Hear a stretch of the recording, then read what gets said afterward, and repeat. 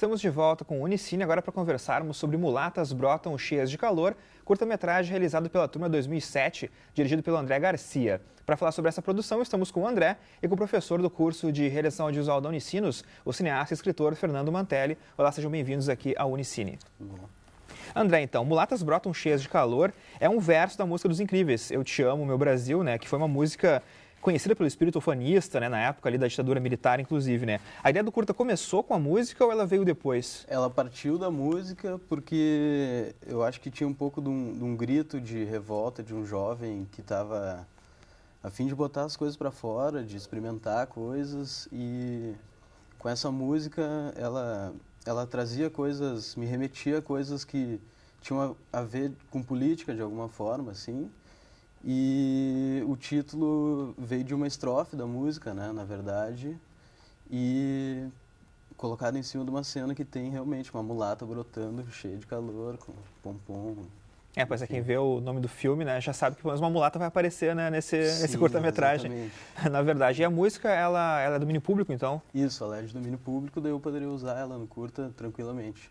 E a ideia mesmo veio em função da música, assim. Bacana. E professor, né, a gente sabe, né, que além de contar uma boa história, é muito importante também, às vezes, o filme ter uma mensagem, né, ou querer dizer alguma coisa, na verdade. E pelo visto, né, o curta do André consegue fazer isso com esse lance mais político.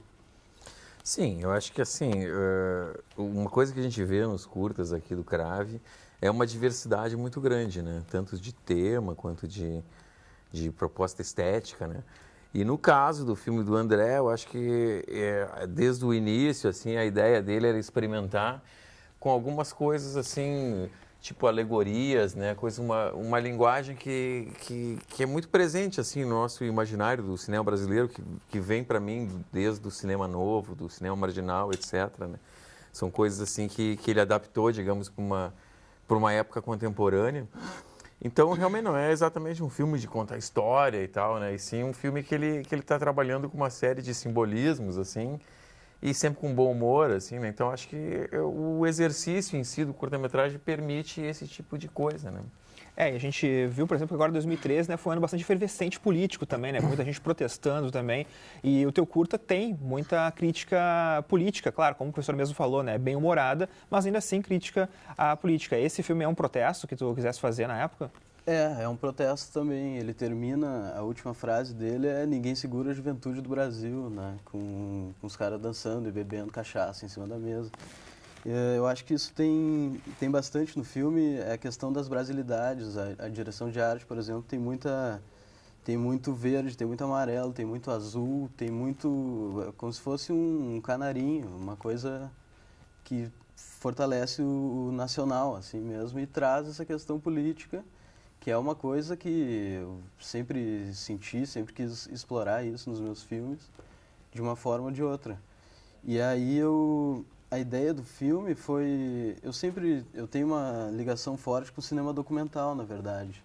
Sempre tive, desde a faculdade, e cada vez vou aprimorando mais, principalmente depois da faculdade. E como aqui teria a possibilidade de fazer um filme no final, eu pensei que eu poderia experimentar bastante fazendo uma ficção que, mesmo sendo uma ficção, poderia ter alguma ligação com a temática documental que eu gostaria de explorar, né?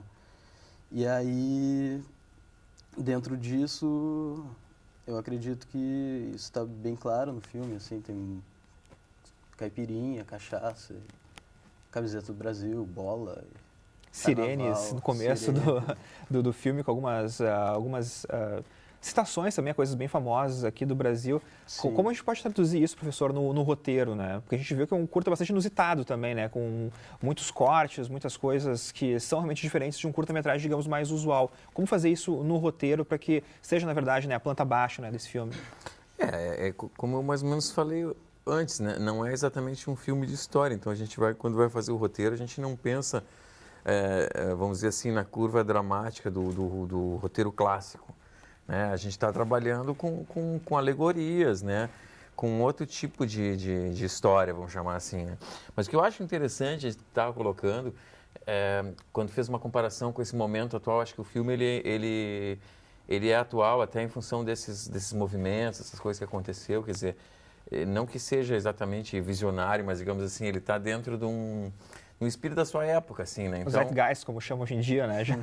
Exato, né? E eu acho assim, ele está dentro do espírito da sua época. Então ele está comentando uma coisa que já aquela época já estava efervescente, né? E que depois ela acabou aparecendo mais lá adiante, que é esse momento da sociedade, assim, né? Esse momento de uma espécie de ruptura, assim, da sociedade que está se mostrando em vários setores, em vários locais, né? E os protestos são apenas um deles, né? E o filme fala um pouco isso, assim, dessa visão assim um pouco anarquista, assim, né, do que é a política, do que é a governabilidade, essas coisas assim, né? Então acho que isso é uma coisa bem interessante para a gente ver esse filme agora, depois desses protestos, assim, né? Para ver assim que há certas críticas que estão ali, né? E aí ressalto de novo assim que eu gosto muito, que as críticas são bem humoradas, que é isso tudo que o André colocou agora há pouco. A gente fala das coisas da brasilidade, assim, mas de uma forma assim bem escrachada, né? É cachaça, tipo, mulata, ninguém né? segura a juventude, Deboche, eles estão debochando. debochado. Então mulata, estão tomando cachaça e dançando samba com mulata, quer dizer... Acaba em pizza tudo também, como Exatamente, geralmente se fala no acaba em Brasil. pizza, exatamente, né? E é bacana, então, também, André, ver que, logo de cara, claro, a gente percebe que o curto tem muito nonsense também, né? Sim. Com o próprio lance do terceiro mundo ali, os caras conversando de forma meio que sem nexo, e depois, claro, aparecem aqueles cortes que são bem marcados, né, nesse curta. Como tu pensou na estética dele? Tu também trouxe muita coisa do cinema brasileiro, né, dentro desse... Ele tem bastante referência do Cinema da Boca do Lixo, do Rogério Sganzerla.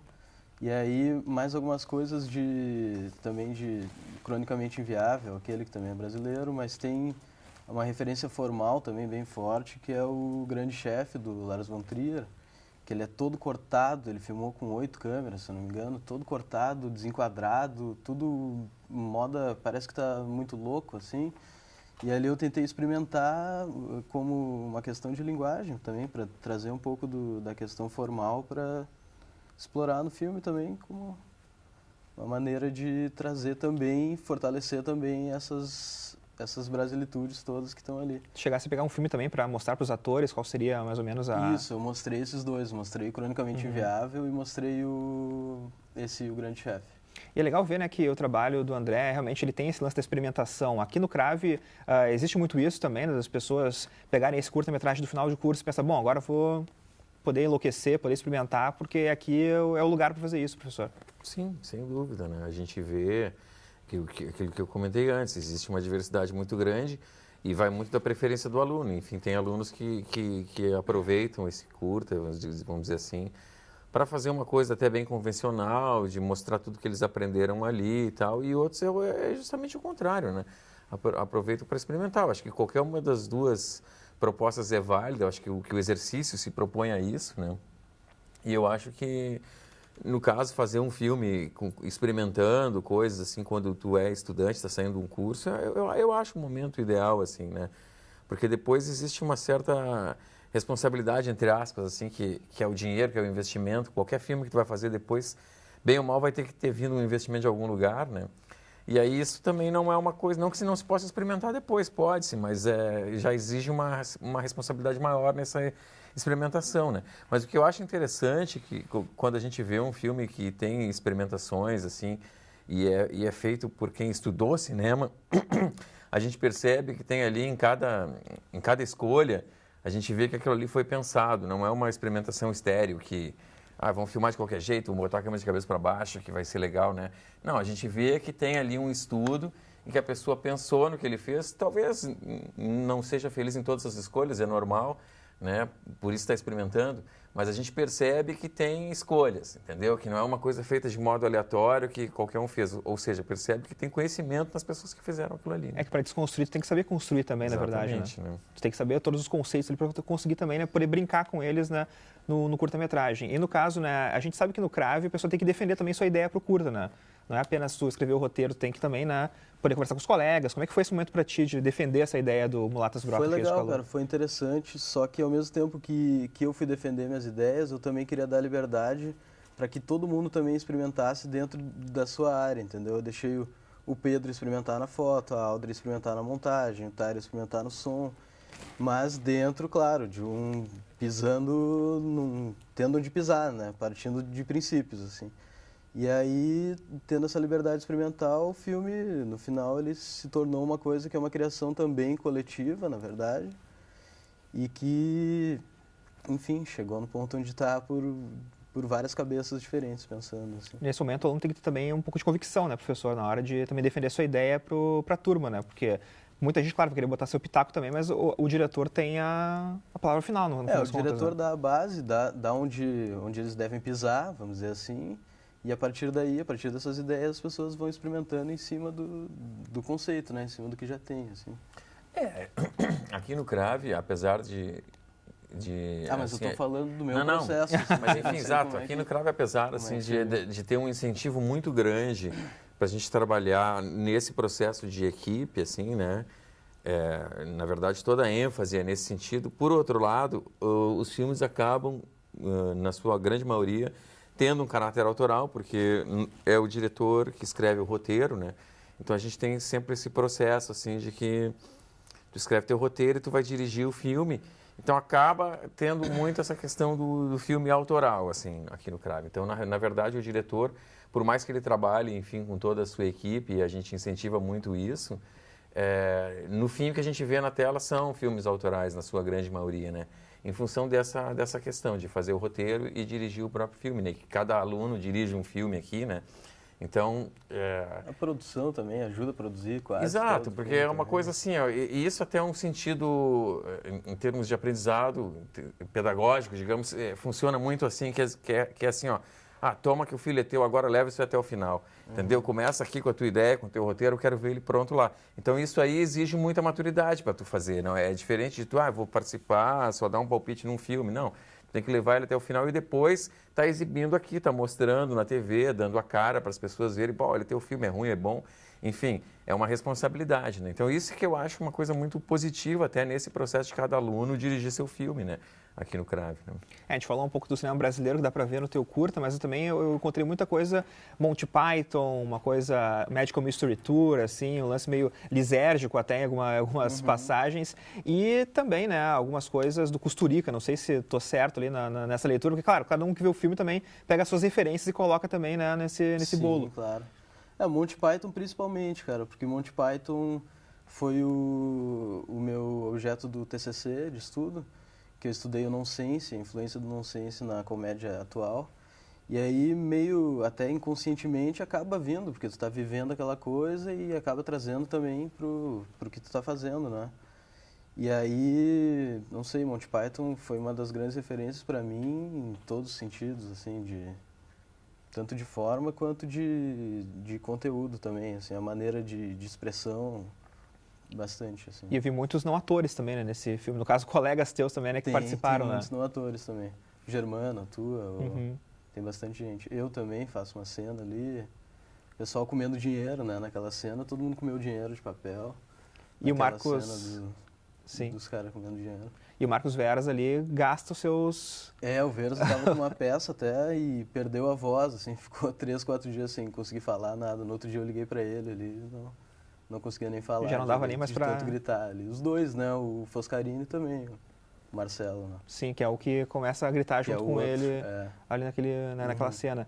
Bom, e a gente gosta também de falar um pouco dos prós e contras também, né? De um curta como esse, né? Claro, é uma experiência também, mas teve alguma coisa que tu queria fazer nesse curta e não conseguiu fazer, talvez por falta de experiência na época, ou por algum tipo de limitação? Olhando hoje, assim... Não sei, as pessoas vão amadurecendo, né? Vão mudando. Olhando hoje, eu faria tudo diferente, assim como um ano depois também faria tudo diferente, mas naquela época foi aquilo ali que eu fiz, é o recorte que tem também daquele momento, do que eu estava pensando naquele momento, e eu acredito que é válido por isso, assim, hoje eu vejo, por mais que tenha imperfeições, por mais que tenha coisas que eu mudaria, eu vejo que é um recorte da minha cabeça naquele momento, entendeu? Bacana, então. André, Fernando Mantelli, valeu pela participação aqui no Unicine desta semana. Sucesso para vocês e até uma próxima. Obrigado. E o Unicine dessa semana vai chegando ao fim por aqui. A gente retorna semana que vem com mais curtas aqui do curso de realização audiovisual da Unicinos. Um grande abraço e até a próxima.